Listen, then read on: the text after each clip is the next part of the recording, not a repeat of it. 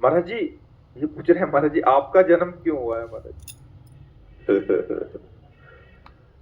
हाँ सत्य बात है।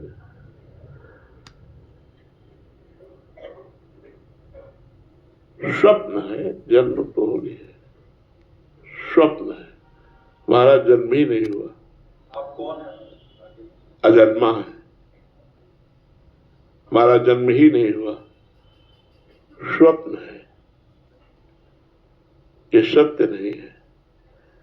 ये न पहले था न आगे रहेगा, ये बीच में भास रहा है स्वप्न की तरह।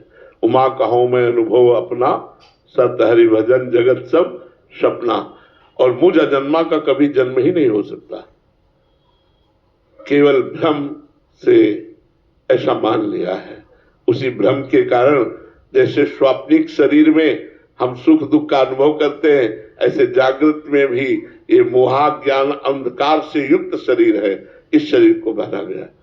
उसी अज्ञान, अगर आप पूछते हैं क्यों हुआ, तो उसी अज्ञान को मिटाने के लिए, ये भ्रम मिटाने के लिए ये जन्म की बाह्य लीला हुई है।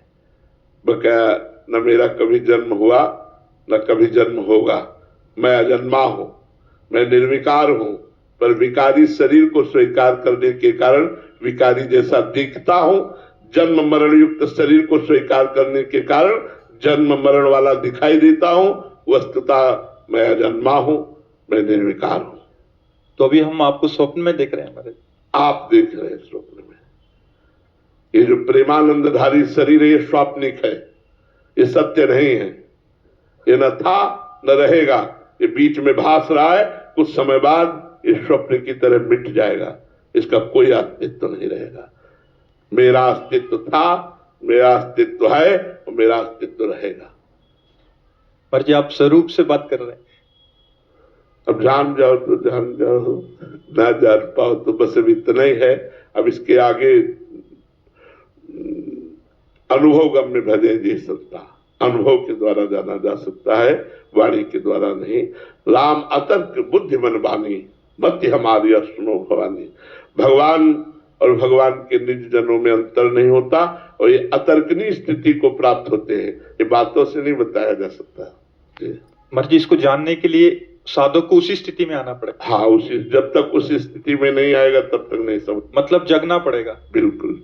अभी स्वाप्निक पुरुष हो, जब जगोगे तब प्रश्न ही नहीं रह जाएगा, हम तुम नहीं रह जाए, हम न तुम दफ्तर गुम। देखने वाला ही नहीं, देखत देखत ऐसा देखा, बीत गई दुविधा, रह गया एक।